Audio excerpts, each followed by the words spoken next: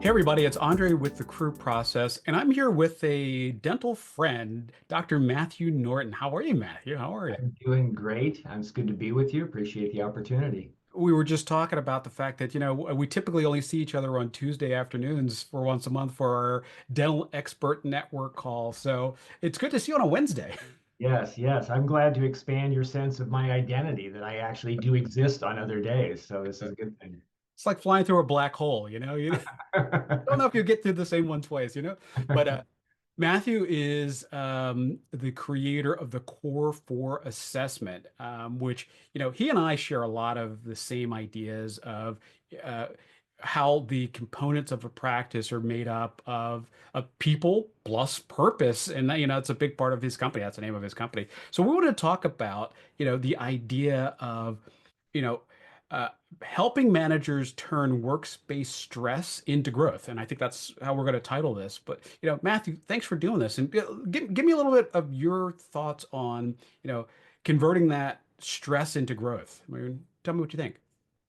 Yeah, I first of all don't think that most business owners uh, have a clear sense of the magnitude of the stress problem in their practices, and that the primary source of the stress is the people problems within the business, often their problems with their people, or maybe sometimes even more so the problems between the people, or as they look at the owner. The research kind of shows that, like Gallup's research shows that it's talks about the manager, that 70% of it is the manager. But in most professional small business settings, yes, the manager is a key contributor to the solution or the problem, but we really have to come back to the business owner and that leadership tone that they're setting. Yeah. And so uh, I think this needs to be solved for so many of these other things, other growth opportunities, other challenges on the technical software side, and that sort of thing, to really be optimized. Yeah. And I always tell people that any business owner I run into, no matter what field they're in, especially in dentistry, I always say, the first thing I always tell people to do is pick up a copy of the E-Myth Yes. and read the first three chapters. The last chapter you can throw away, but the first three chapters and understand where you fit into that managerial hierarchy. And do you manage people? Do you manage outcomes? And so much of what we see on a daily basis with our with doctors that we work with is they're taking on these multiple levels of management at the same time, trying to be the technician at the Yes. same time having somebody who's the manager who doesn't have the security clearance, let's put it that way, to Right. manage. Yes.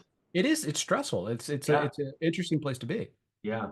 Well, doctors went to school to be doctors, right? And so I work with a lot of genius, smart people who are incredibly technically skilled, but not only did they not really learn business in any sort of satisfactory way in professional school, I think even worse sometimes is they were not taught to be leaders of people, and now suddenly there's people there. So what are we going to do with this? And I think there's not just in healthcare practices, but across all industries, there's an engagement problem. And I like where Gallup talks about the solutions for engagement. One of them is to have more of a purpose-driven rather than a paycheck-driven mission. And then kind of the second one they talk about is having a strengths-based workplace. So I'm trying across both of those fronts to help bring some greater insight and strategy to what to begin to do to put that into place. Yeah. And a big part of it is, and I'm sure you run into this too. We go into a business that has no, and I'm going to use a really, out there statement, but there's no soul to it. It's we make teeth better, and that's the entirety of the philosophy of the business.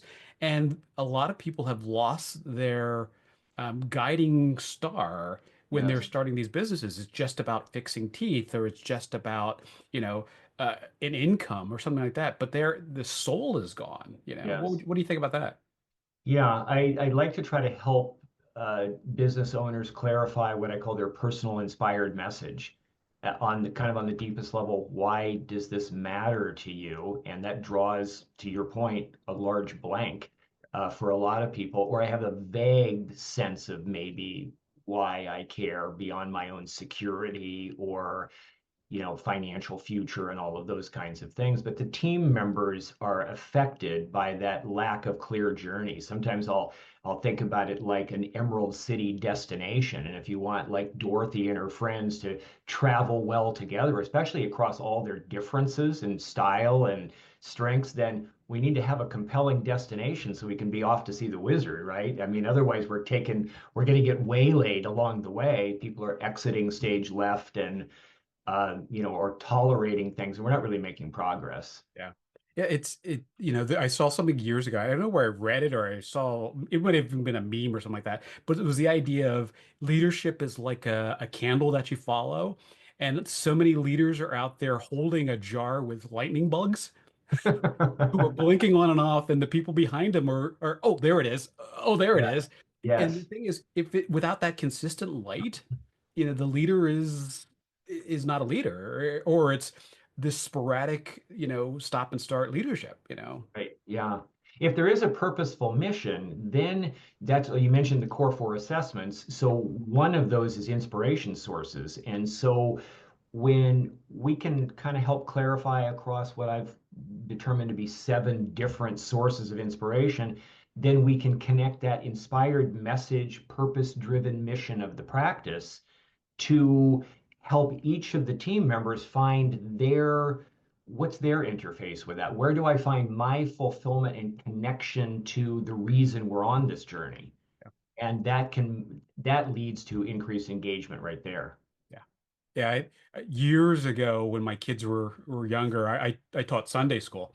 And one of the things I always did is, it was so hard to wrap up a sort of a Bible study with a moral of the story. And what I said to all the kids is, "What's your favorite thing?" And somehow or another, these were teenagers. It came out to cheesecake. I don't know how this happened, but we would always try to end every meeting by saying, "And that's the cheesecake." Ah, And again, it was the way that for us to figure out a way to just come back to a sort of a center point. And no matter what discussion we had, and these were teenagers, so it was these big, picture things of life and whatever. And we could always end with, "And that's the cheesecake." And yeah, it was just a great way to keep a room full of teenagers on task with an yes, idea. And I it like had to be that. that sort of North Star, Yeah, like that, yeah, And yeah. I love how you do it. Yeah. Well, I mean, you were there kind of having some North Star conversations, I think, by definition in that setting. Perfect. But yeah, I mean, it's great to be able to harness, especially with teenagers, to harness them at all. But I was thinking too about where things break down, right? A lot of times when I'm working with leadership teams within a business or uh, team members in general, we talk about team, but I don't find most businesses really are doing well with team. It's really more of an aggregation of individuals who showed up at a common location and they are in turmoil with each other as individuals vying for something. Yeah. And so I think to get people to really function as a team, they have to function as a team if we're going to accomplish a purpose-driven mission. So to the degree that that's not clear, teams are hard to sustain and we end up breaking down into we're all here for our own kind of separate reasons. Yeah. And I think that does begin with that leader. Like when we talk about strengths based orientation, who is that leader first? Sometimes I'll get brought into a situation around hiring and could we look at the assessments to see a good fit for the role and maybe existing team, mostly role. But it starts with who is the top leader, and then who do they need to build around them? What are your strengths and where are you not so strong that you don't necessarily need to always become stronger, but how do I bring people around me that are going to complement me? And who can I then delegate some of these things to that I'm not either inherently good at or I don't have time. I Yeah. don't have bandwidth for that. Well, and I think we talked about this on your podcast. That's why I created my company, The Crew Process, because my disdain for the word team, and the idea that everybody should love each other. No, we're all in the boat together and we should all be rowing towards a specific goal line. You know, I always thought, you know what, I don't care what the people around me are like or what they do, as long as we all work well together. Yes. And Yeah. sometimes at the end of the day, we'll all go out and have a margarita together or whatever. We'll sing Right. Kumbaya, but that is not the goal of the company. The goal of the company is an outcome, and we should like each other because we have a common goal. Right. But that's not the goal is not to like each other. Right. Yeah. Yeah. Yeah, no, that's a good point. I really like that. So it sets up unreasonable expectations on people who are not all, we're not, none of us are going to like everybody. Yeah. But I do think if we can understand other people better, so we can kind of allow them to be them, accommodate their unique differences, their style, their strengths, and then maybe eventually celebrate them for what they bring that we don't have as a contribution, then we probably will like them more as a result of some of that. But that's, you're right. I don't think that's the primary focus. That's probably more of a result. I think Yeah. if we're doing other things well. And I think it's a life lesson for the entire world at the moment. You know, if we just listen to each other's differences, we find a common goal for everyone. I'm a big sci-fi guy, so that's sort of the Star Trek world of we all work for a common goal. We have a common way we cook, the way we talk, whatever it is. You know, ultimately, when we're in a dental office and everybody's clicking, you find that commonality, even though you didn't think you had it. It's maybe just about getting out on time. Yeah. Maybe it's about the pizza we have once a month. Whatever that is, we all work together towards that thing. And it's so elusive for some of the leaders out there to be able to come up with that thing, you know. Yeah. Yeah. No, All I right. agree. One of the things I was asking about is, do you have any books that you would recommend to help somebody with some of these things, or what are some of your favorite books on the topics? Uh, Well, as I gave you a few Yeah. in our, kind of previously, but I think as it relates to some of this, I mean, relative to the stress issue, some of the early things for me were Mihaly Csikszentmihalyi's work, his book Finding Flow, and in terms of a structure for where we're engaged, where long really before Gallup started talking about engagement, his book Finding Flow really spoke to me in that regard, and where the distinctions between positive and negative stress and where are we spending that time. And then from a physical health impact, Dr. Gabor Mate has an awesome book, When the Body Says No, speaking to where disease develops, begins to express immune, autoimmune, especially when we're not learning those places to communicate no appropriately, right? The body starts to demonstrate that. I like the two books by Dr. Catherine Kramer, Change the Way You See Yourself and Change the Way You See Everything. And she talked about more of a focus on asset-based versus deficit-based thinking.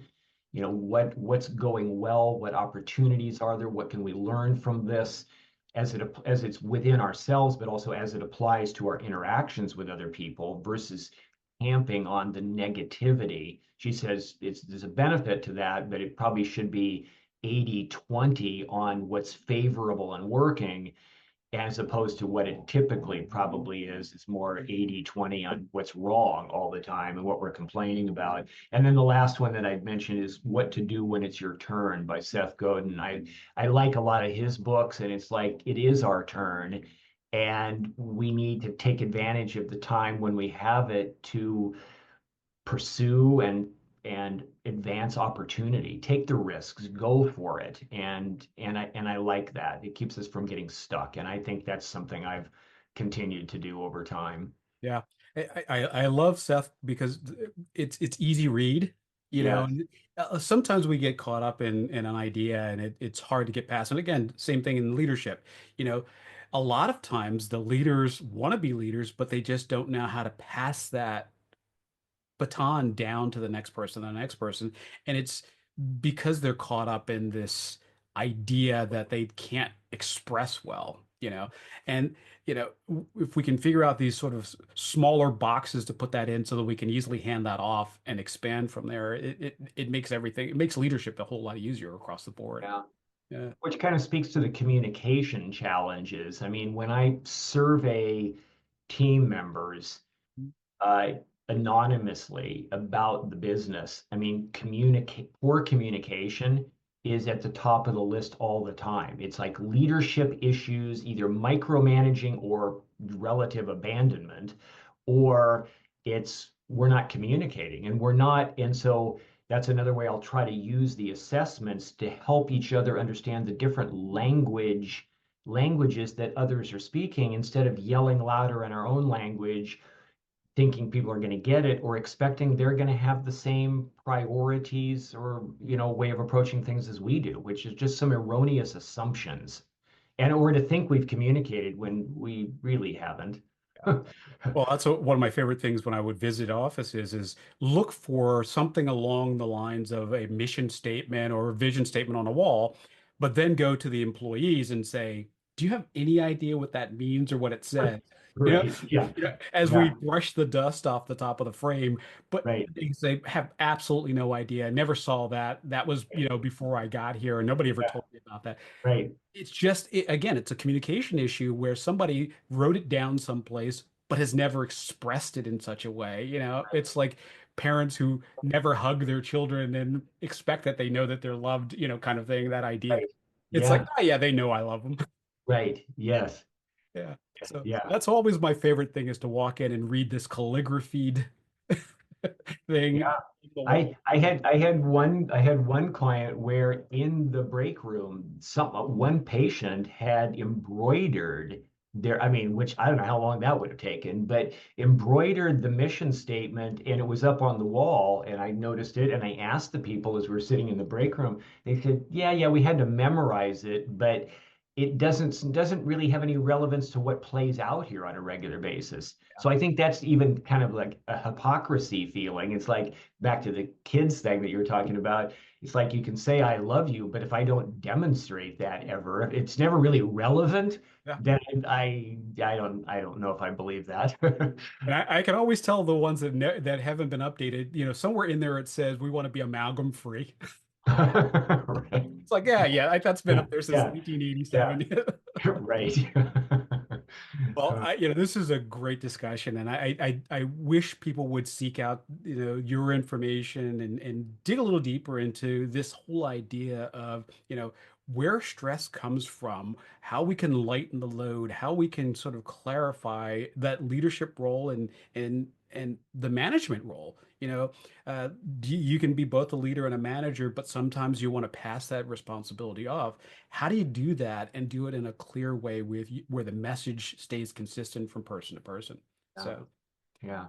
and I'm going to make sure that your information is listed below, and anybody wants to get in touch with Matthew, do so. And he's good people, and I'm glad to call you a friend. So, thanks for doing this. Well, thank you, Andre. I'm glad to call you a friend as well and look forward to further conversations. Thank you. Sounds good. We'll talk soon.